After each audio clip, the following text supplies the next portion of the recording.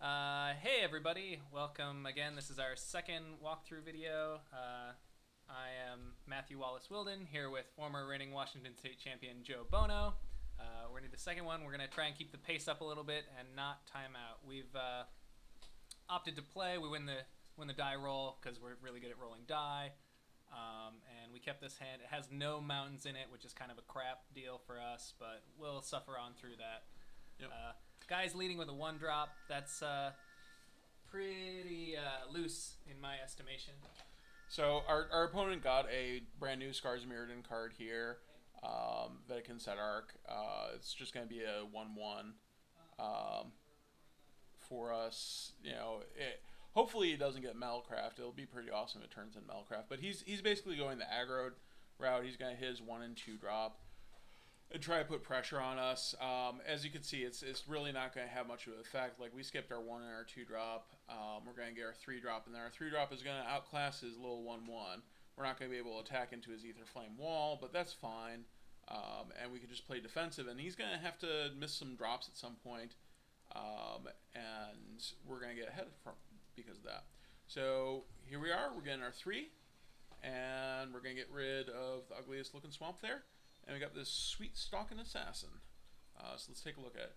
So we can tap target creature, and we can destroy target tap creature, which is pretty nice. That's pretty nice. I mean, Royal Assassin-ish effect is pretty good.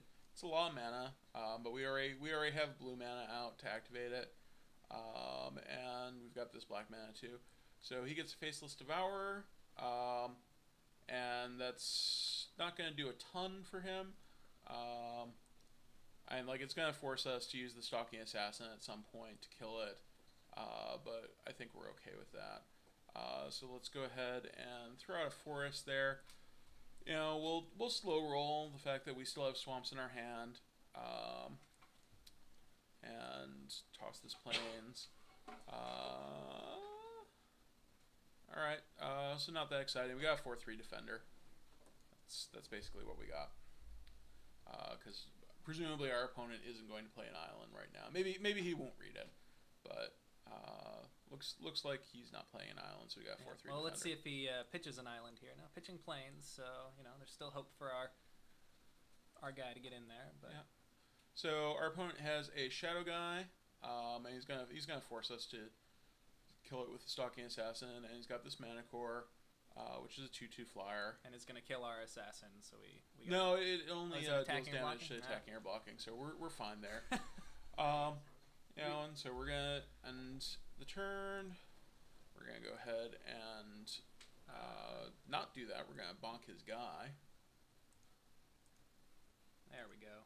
Yeah. Stick to the game plan. Nom nom. Yep.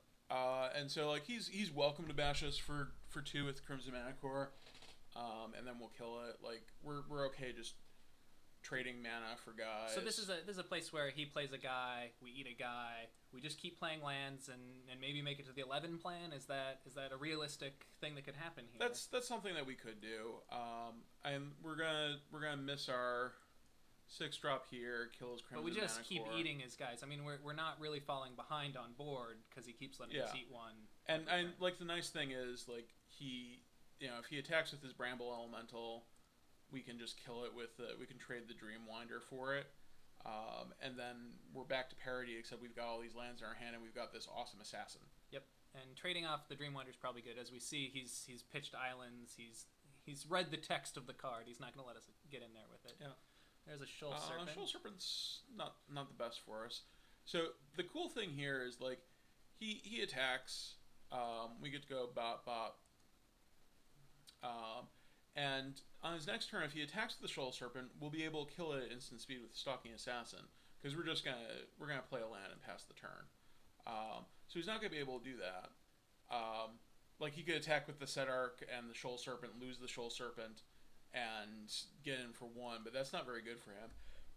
And like, so he'll probably pass the turn. He'll probably make a guy pass the turn, and we have the option of just like tapping it, and then tapping the guy plays, and then eating it. You know, and that's kind of a guy. So we're gonna go ahead and destroy this guy.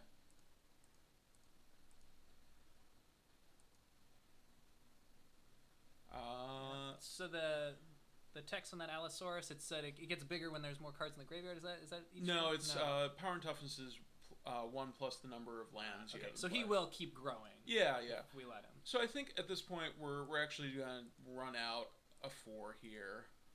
A 4, not a 5, so that we can kill his guy.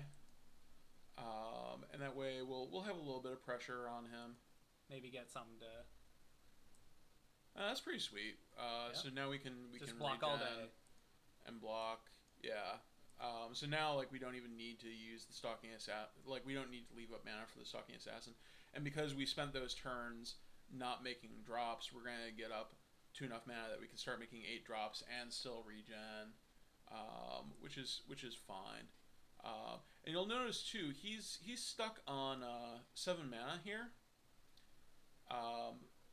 which means that he's not gonna get any 8 drops. Now he should have attacked with the Allosaurus Rider here, because Shaku lets him kill the Stalking Assassin if he untaps. But what we're gonna, and you can't actually see it when I zoom, but when you do that, so he's got exile target creature and put +1/+1 counter on Shaku. So at the end of his turn, we're gonna tap Shaku. And that lets us get him the next turn. Yeah, and then on Shaku our can come turn, get us back. we're gonna go ahead and kill Shaku. And just keep playing lands. Get up to get up to 11. We talked about this before. The 11s are pretty sweet. There's a couple Eldrazi, big flyer. If you can make it to 11s in this fashion, it's gonna end the game pretty quickly. Yeah. I actually probably mistapped the lands here, and should have left up double black in case he gets something that kills the Drudge Reavers. But we're generally fine here. We've got this impregnable defense. He's not missing a land drop or a creature drop to hit 8, which is actually kind of poor for a poor move on his part. And we're just continuing to make all these land drops and continue to rock. So I think at this point, so we've got 10 mana out. We're gonna hit 13s if we want them, but we don't want to hit 13s. I think 11 is actually where we want to be. I don't think we want to be greedy and hit Emrakul. So we can go ahead and actually cast something this turn. I think we'll go ahead and hit a 5, and leave up mana to regen and mana for this guy to tap stuff or kill things. So here we go. Yep, looks good. Gonna hit 5s. So we talked about on several occasions, we keep bringing up this idea of the composition of the deck, and that's actually a very important choice. You'll notice, we talked before about how mountains are very important because of fire breathers and these sorts of things. We got a Battle Grace Angel. Yeah. Nice card. And you can see we actually haven't drawn any mountains. We haven't which is drawn a little bit sad. But that's okay. So, but the one of the decks we talked about is the mono mountains deck, which is interesting in a lot of ways, but it doesn't let you use the Stalking Assassin, right? So if we're playing mono mountains, we get Stalking Assassin on 3. We just get to sit here and nice 1/1, right? Yeah. That's. But here it's been just a game dominating card. So our opponent skipped his 7 to get up to 8 to get to some real cards, which is smart of him. We're gonna go ahead and I think we're gonna attack the Battle Grace Angel, kill off the Hellkite. And then we'll think about whether we want to hit a 6. Well, actually, we should think about whether we want to hit a 6 before we do that. So right now we're at 11 mana. If we hit a 6, we'll still be able to get to 12. So we'll have regen mana and be able to hit 11. That seems reasonable. That seems strong. So let's go ahead and. First let's go ahead and actually get a 6. See. Yeah, see what happens. Leave your swamps, right? Yeah, so we're gonna go ahead and leave as many swamps up as possible, and also an island, and see what happens. There you go. And we'll get rid of this forest. We probably won't need more than that. So this is pretty sweet. We can, if we really want, we can Stalking Assassin multiple times a turn. So let's go ahead and kill the Hellkite. Yep, seems good. Get the big dragon out of the way. Leave him with a bunch of guys on the ground that we couldn't care less about. Yep. And now we get in for 5 lifelink, which Get him, is Angel. awesome. Get him. Too bad it's not an activated ability. We can't get like double lifelink or double exalted with experiment crash. Well, I guess double lifelink wouldn't help anymore after the M10 rules change. Yeah. But we're kind of in the cat. Will we look at this this Kraj again? I didn't get a look at that guy's text. He's got a ton of. Sure. So here we are. He gets the activated abilities of anything with +1/+1 counter on it, and he can hand out +1/+1 counters. Excellent. So our opponent got Chromium, who's one of the Elder Dragons. And so he's not going to be able to pay for it because all the Elder Dragons have the upkeep of one color of each of the colors that they are. So you'll notice once again you play the all mountain deck. Not going to do it here. Yeah. Because Chromium could be quite a beater. Yeah. So Chromium wouldn't do much good right in this board state for him. Sure. Because the Stocky Assassin would just kill it eventually. What do you mean? Rampage is a sweet ability. Rampage is a sweet ability.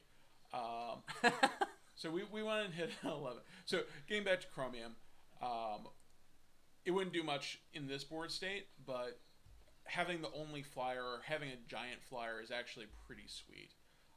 So we hit at 11, and we got Polar Kraken, who actually isn't that great for us.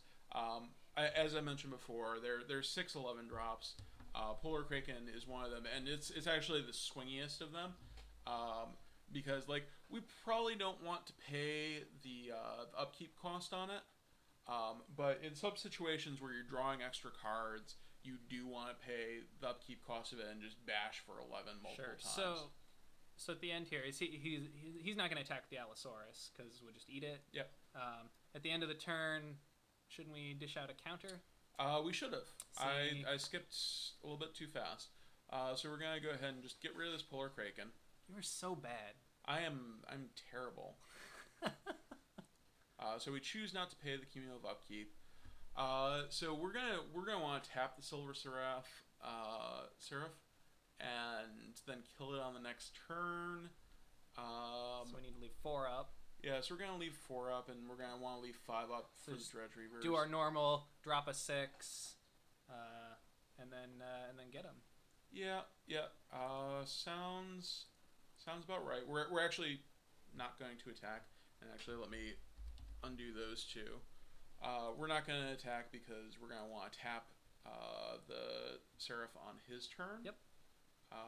Yeah, it looks like, I mean, the Stalking Assassin has been an all-star for us this game.